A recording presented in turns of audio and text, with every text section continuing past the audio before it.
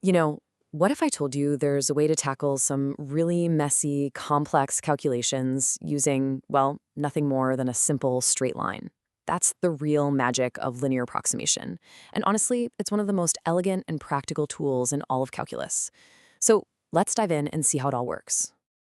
Okay, right off the bat, here's a little challenge for you. We all know the square root of 4 is 2. Easy. But what about the square root of 4.1? Seriously, without a calculator, how would you even begin to get a decent estimate? Keep that number in your head because we are absolutely going to solve this together. And this slide. This right here gets to the absolute heart of it all. This is the entire idea in a nutshell.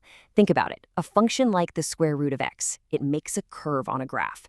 And curves are hard to work with. But what if for just one tiny little moment, we could pretend that curve is a straight line? I mean, if you zoom in close enough, and I mean really close, on any single point, that curve and a straight line become practically the same thing. And we all know straight lines are super easy to deal with. So, the big question is, how do we find that perfect straight line to stand in for our curve? Well, we use a tool you already know from calculus, the tangent line. And it's not just any old line. It's the one that just kisses the curve at exactly the point we care about. You can think of it as the ultimate shortcut for approximation. And here is the formula that makes it all happen. This L of x is our simple, easy-to-use line that's going to pretend to be our complicated function, f of x. Let's just break it down real quick. We start at a known point on our curve, that's our f of a. Then we need to know which direction to go, right? So we find the slope at that exact point, and that's our derivative, f prime of a. And finally, we just multiply that slope by how far we're moving away from our starting point, which is that x minus a bit. See? It's just a simple recipe. Start here, go this far, in this direction. As long as we don't stray too far from home base, our line is going to be a fantastic approximation of the curve. All right, time to put this formula to the test. Let's solve our original problem, estimating the square root of 4.1. We're going to break it down into 3 really straightforward steps. Okay, step 1, we need our function and an easy anchor point. The function is obvious. It's f of x equals the square root of x. And the easiest point nearby, well, that's got to be a equals 4. Step 2, we find our value and our slope at that anchor. The value, f of 4, is just the square root of 4, which is 2. The derivative, our slope finder, is 1 over 2 times the square root of x. So at our anchor point, the slope is 1 over 2 times the square root of 4, which is 1 over 4, or 0.25. And finally, step 3, we just plug everything into our formula.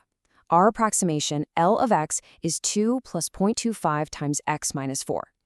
So to estimate the square root of 4.1, we just calculate L of 4.1, which gives us 2 plus 0.25 times 0.1. And there's our answer, 2.025. So we did it. Our approximation is 2.025. But, the big question is still hanging in the air. How good is this guess, really? How close did our little shortcut actually get us to the real answer? Let's find out. And wow, this slide just says it all, doesn't it? On the left, you have our simple hand-calculated answer, 2.025.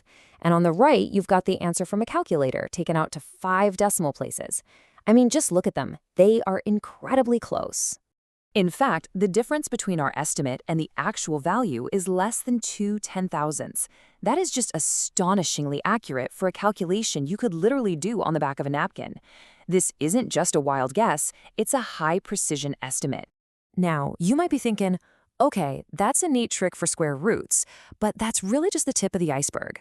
The true power of linearization is just how versatile it is. Let's look at a couple of other places this idea shows up. Let's talk about trigonometry. If we linearize the sine function right around 0, we get a famous shortcut that physicists use all the time, the small angle approximation. It basically tells us that for really tiny angles, the sine of x is almost the exact same thing as x itself. So, what's the sine of 0.01 radians? Well, it's pretty much 0.01. It's the same principle, just on a different curve. Or we can use it to estimate percent changes. Trying to calculate 1.02 cubed in your head? Yeah, that's a pain.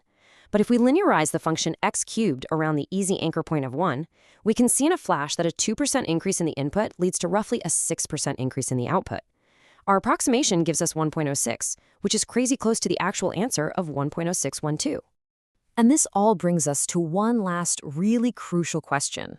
In a world where every single one of us has a supercomputer in our pocket, why bother learning this?